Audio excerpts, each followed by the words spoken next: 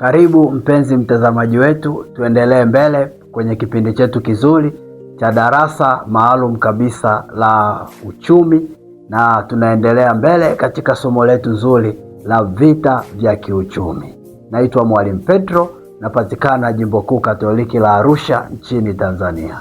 Karibu pia uweze kusubscribe channel yetu pamoja pia na kutufollow upande wa Facebook, TikTok na Instagram katika ukurasa wetu wa Petro Mazwile. Basi siku ya leo tutaendelea mbele na mada yetu nzuri ya vita vya uchumi, leo ikiwa ni sehemu ya 4 na ya hitimisho la mada yetu. Katika mada yetu ya vita ya uchumi leo tutatafakari kile kitabu cha Wafalme wa Pili, ile sura ya 6 mstari wa 25. Wafalme wa Pili ile sura ya 6 mstari wa 25 inasema namna hii: njaa ikawa kuu huko Samaria, na tazama wakauhusuru hata kichwa cha punda kikapata kuuzwa kwa vipande 80 vya fedha, na kibaba cha mavi ya njiwa kwa vipande 5 vya fedha. Biblia inasema njaa ilikuwa kuu huko Samaria, hata ikafika mahala watu wakaanza kuuziana vibaba vya mavi ya njiwa pamoja na vichwa vya punda. Ni biashara ambayo sio ya kawaida, lakini ikabidi watu waingie kwenye kuifanya kwa sababu ya njaa iliyozidi kwenye maeneo ya Samaria. Hii njaa ilisababisha mfumuko wa bei ukawepo, lakini pia ikasababisha na mazao ya chakula kukosekana sokoni. Lakini pia hii njaa ilivyoendelea kuwa kali ilipelekea presha ya mfalme wa Israeli kuwa juu, kiasi ambacho akapanga kumuua Elisha kwa ajili ya presha ya hiyo njaa. Mfalme hakutafuta suluhu la tatizo, akataka kuongeza tatizo. Na uchumi una hii tabia. Mara nyingi sana uchumi unapokuwa mgumu kwenye eneo, inaweza ikawa ni uchumi kuwa mgumu kwenye familia, au uchumi kuwa mgumu kwenye nchi, au uchumi kuwa mgumu kwenye ofisi au kwenye taasisi. Mara nyingi sana mabosi wengi au viongozi wengi akili zao huwa zinapata presha ya kupaniki. Narudia tena hii kauli. Uchumi unapokuwa mgumu kwenye ofisi au kwenye taasisi au kwenye familia, mara nyingi sana viongozi wa hayo maeneo, kama ni kwenye familia baba au mama, kama ni kwenye ofisi mkurugenzi anayesimamia hiyo ofisi, kama ni nchi rais wa nchi au mfalme, kama ni nchi za kifalme, mara nyingi wale viongozi wakuu huwa wanapata hali ya kupaniki. Na wanapopaniki kwa sababu uchumi umekuwa mgumu kwenye eneo, wengi huwa hawaji na majibu sahihi, ila wengi huwa wanakuja na mbinu za kuongeza tatizo badala ya kulimaliza tatizo. Na ndivyo ambavyo huyu mfalme wa Israeli alipoona uchumi umekuwa mgumu mpaka watu wanauziana mavi ya njiwa na vichwa vya punda, hakuja na suluhu la tatizo, alikuja na kuongeza tatizo. Nisikilize vizuri Mkristo mwenzangu. Dunia ya sasa, katika nyakati tulizonazo za sasa, ni nyakati ambazo uchumi unapitia vita kubwa sana. Kwenye hizi nyakati za sasa uchumi unapitia vita kubwa sana. Tumeona kuna mfumuko wa bei ya mafuta, na si tu mfumuko wa bei ya mafuta, hata mfumuko wa bidhaa mbalimbali umetokea. Na mimi nikueleze kwamba hii bei iliyofumuka haitashuka haraka, itaendelea kuongezeka. Na kadiri bei itakapokuwa inazidi kuongezeka ya mafuta, ya bidhaa za chakula, bidhaa za uzalishaji, ndivyo ambavyo presha ya watu ambao wana madaraka maeneo fulani itazidi kuwa kubwa. Na hapa naongelea presha ya viongozi kuanzia ngazi ya familia itakuwa kubwa. Presha ya viongozi kuanzia ngazi ya kanisa itakuwa kubwa. Presha ya viongozi ngazi ya vikundi itakuwa kubwa. Presha ya viongozi ngazi ya mikoa, ngazi ya kitaifa na kila idara itakuwa kubwa. Kwa lugha nyingine, kama we ni kiongozi unanitazama, unatakiwa kutambua kwamba usipokuwa makini, mfumuko wa bei unaotokea utasababisha presha yako ipande, na presha yako itakapopanda kimaamuzi, unaweza ukashangaa unajikuta unafanya vitu vya ajabu ambavyo vinafanya hali ya eneo lako unalolisimamia kama kiongozi izidi kuwa mbaya badala ya kuwa nzuri. Sasa nisikilize vizuri kitu ambacho Roho Mtakatifu anasema na wewe. Kwenye nyakati kama hizi ambazo uchumi unayumba na mfumuko wa bei unakuwa mkubwa, kama we ni kiongozi mahala popote, unahitaji kutuliza presha yako ya ndani katika maamuzi. Nasema hivi, kama we ni kiongozi mahala popote, inapotokea mfumuko wa vitu kupanda bei kama sasa unapotokea, kitu cha wewe kufanya ni kushusha presha yako ya ndani kimaamuzi. Unapoishusha ile presha yako ya ndani kimaamuzi, unampa nafasi Mungu akupe wazo sahihi katika nyakati za sahihi za sasa. Moja ya nyakati ambazo viongozi wanahitaji kupewa wazo la Mungu la kuwasaidia kujua wanavushaje maeneo yao wanayoyaongoza. Kama we ni mzazi, unavushaje familia yako? Kama we ni kiongozi wa taasisi, unaivushaje taasisi yako? Kama we ni kiongozi wa nchi, unaivushaje nchi yako? Ni hizi nyakati za sasa viongozi wanahitaji wazo la Mungu, kwa sababu kiongozi asipokuwa na wazo la Mungu, ile presha ya uchumi kusababisha vitu vipande bei itamfanya akili yake ivurugike. Na kumbuka, nyakati ambazo kwenye taifa la Israeli bidhaa zilipanda bei ni nyakati ambazo palikuwa na vita. Usitegemee bei itapanda kwenye amani. Bei huwa inapanda kwenye vita, na ndio maana hata hii vita inayoendelea ndivyo ambavyo na uchumi utaendelea kubadilika. Uchumi utaendelea kubadilika. Ni wazo la Mungu pekee ndio litakalo kusaidia kukujulisha ufanye nini ili kujikwamua kwenye hili ongezeko la bei na bidhaa. Na ndio maana Mkristo mwenzangu naye nitazama, katika maombi yako ya sasa, omba, na unapoomba mwambie Mungu, Mungu, na kuomba unipe wazo la nifanye nini ili nijikwamue kiuchumi kwenye hizi nyakati za sasa ambazo mfumuko wa bei na mabadiliko ya kiuchumi kwenye nyanja mbalimbali yanaendelea kutokea, ili Mungu akupe wazo. Na Mungu atakapokupa wazo, wazo la Mungu halifananagi na mawazo ya mwanadamu. Wazo la Mungu halifananagi na akili ya mwanadamu. Kwa tegemea kukutana na wazo ambalo litakuwa ni tofauti kabisa na akili yako, litakuwa ni tofauti kabisa na mazoea yako, ni tofauti kabisa na kawaida yako. Utakapopewa hilo wazo, usiogope kulitekeleza. Lakini pia nikuambie kitu kingine, kama Mungu yuko ndani yako na una uhakika Mungu yuko ndani yako, hufai kuogopa kuona bei za vitu zinavyoongezeka. Usiogope. Nasema hivi, kama Mungu yuko ndani yako na una uhakika Mungu yuko ndani yako, usiogope kuona bei za bidhaa zinavyozidi kuongezeka.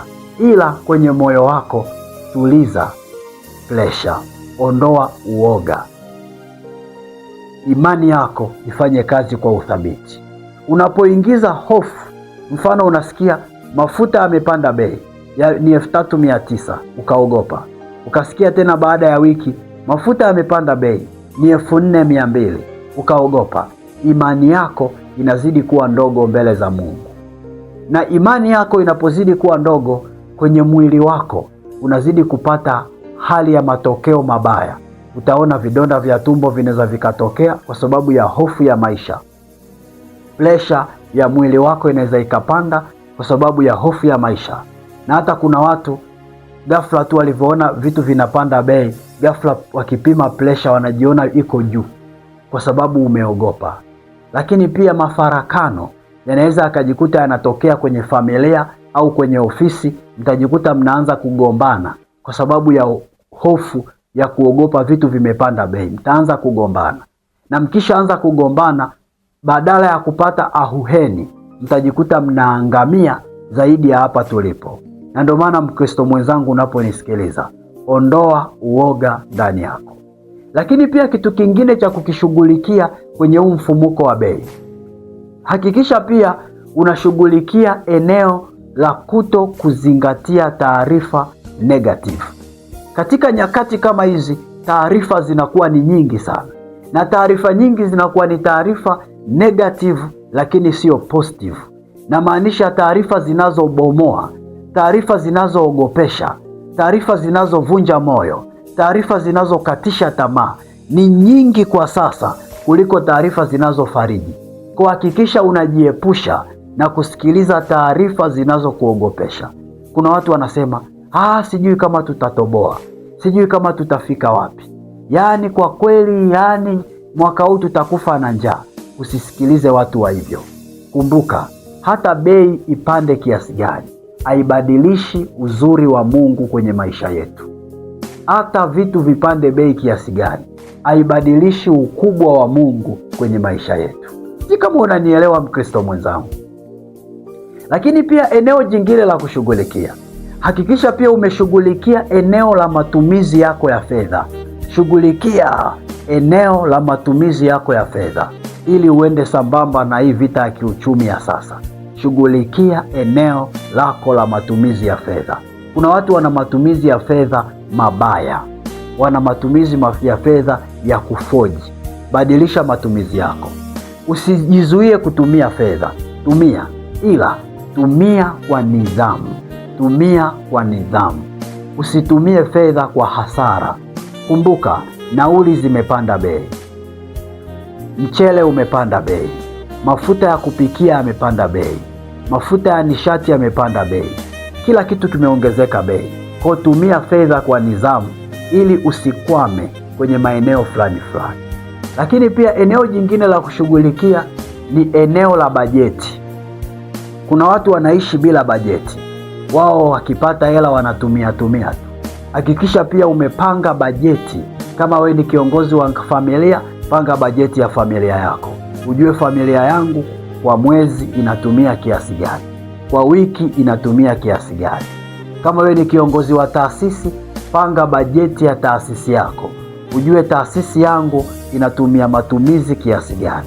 Kama we ni kiongozi wa ngazi ya taifa, panga bajeti ya sekta yako unayoisimamia ili ujue sekta yangu inatumia kiasi gani. Kwa nini nakueleza namna hii? Ni ili uwe na uhakika wa kile unachokitumia, uwe na uhakika wa kile unachokipata. Ukishindwa kuwa na bajeti, utajikuta hela uliokuwa unayo unategemea isafiri na wewe mwezi huu mpaka mwezi huu imeisha katikati.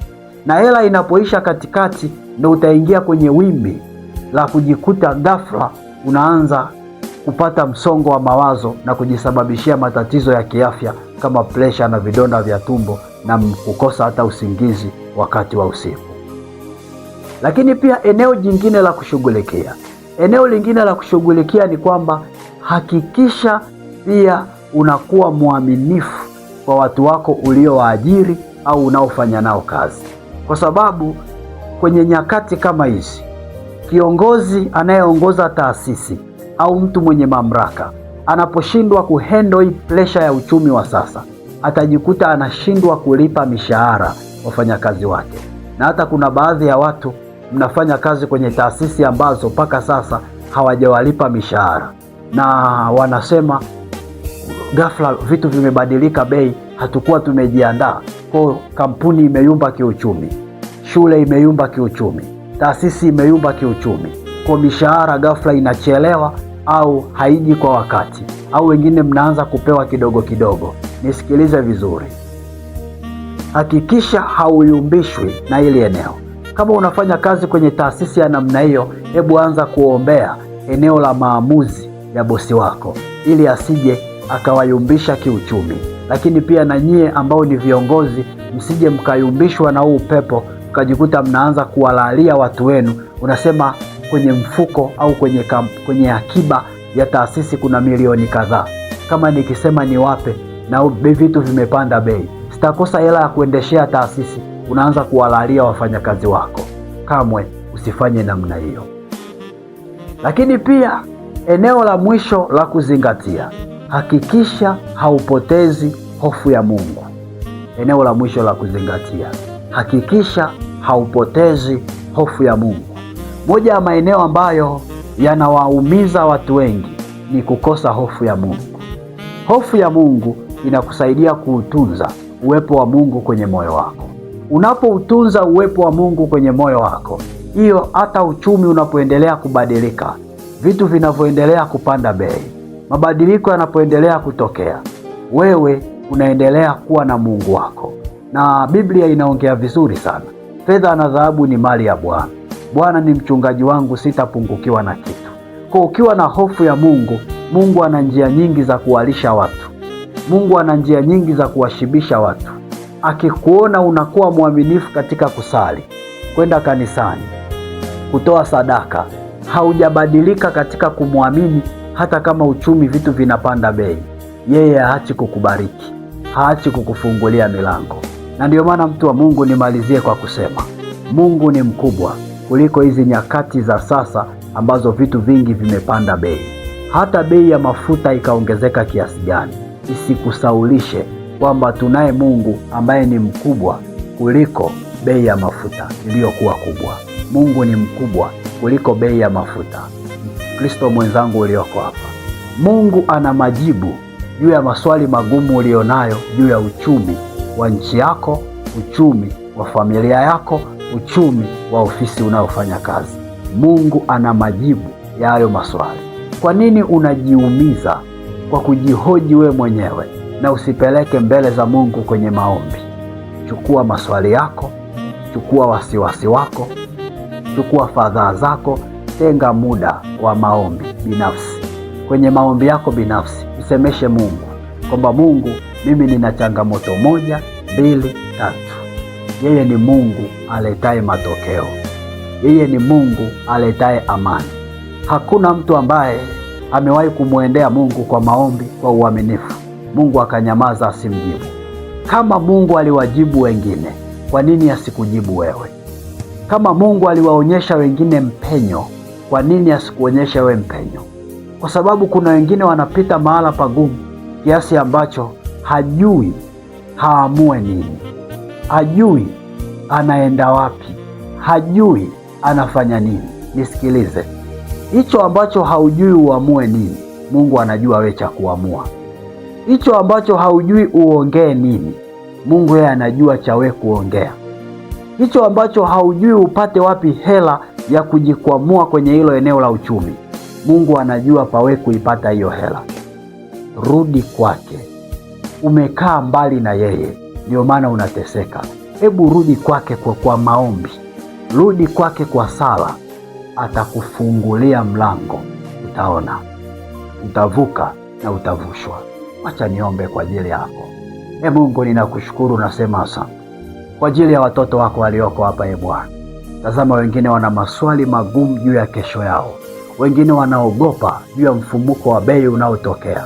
Tunaomba Mungu tusamehe na uturehemu kwa damu yako takatifu. Tusaidie Bwana kuwa wajasiri, tusiogope wala tusitetemeke, bali tuendelee kukuamini, tuendelee kukupenda, tuendelee kukuabudu. Katika kukupenda kwetu, kukuabudu kwetu na kukuamini kwetu, wewe utafanya njia pasipokuwa na njia, utafanya mwanga palipokuwa na giza. Ndio maana Bwana tunakuita, hata uachilie hekima kwa viongozi wa mataifa mbalimbali. Bwana, achilia rehema na huruma yako dhidi ya vita vinavyoendelea. Bwana, tunaomba huruma ya Mungu Bwana dhidi ya damu inayomwagika. Tunaomba huruma ya Mungu Bwana, damu yako imwagike iliyo ya thamani kuliko damu zote. Iachilie ukombozi na suluhu dhidi ya vita na mapambano kati ya Iran, Israeli Bwana na Marekani, kati ya Mungu Baba, Ukraine na Russia na maeneo mbalimbali ambayo hayana amani. Tunaomba Mungu uachilie amani, uachilie amani ili na mataifa yote ulimwenguni yapate amani. Tunaomba toba kwa ajili ya roho ya uchu wa madaraka iliyomo kwenye nchi za Afrika. Bwana, tunaomba urehemu na damu yako ipite, iachilie amani na upendo katikati ya mataifa yote, ili kila eneo watoto wako wapate kuona nuru, katika jina la Yesu Kristo, katika jina la Yesu Kristo. Na kila mwenye pumzi aseme amen.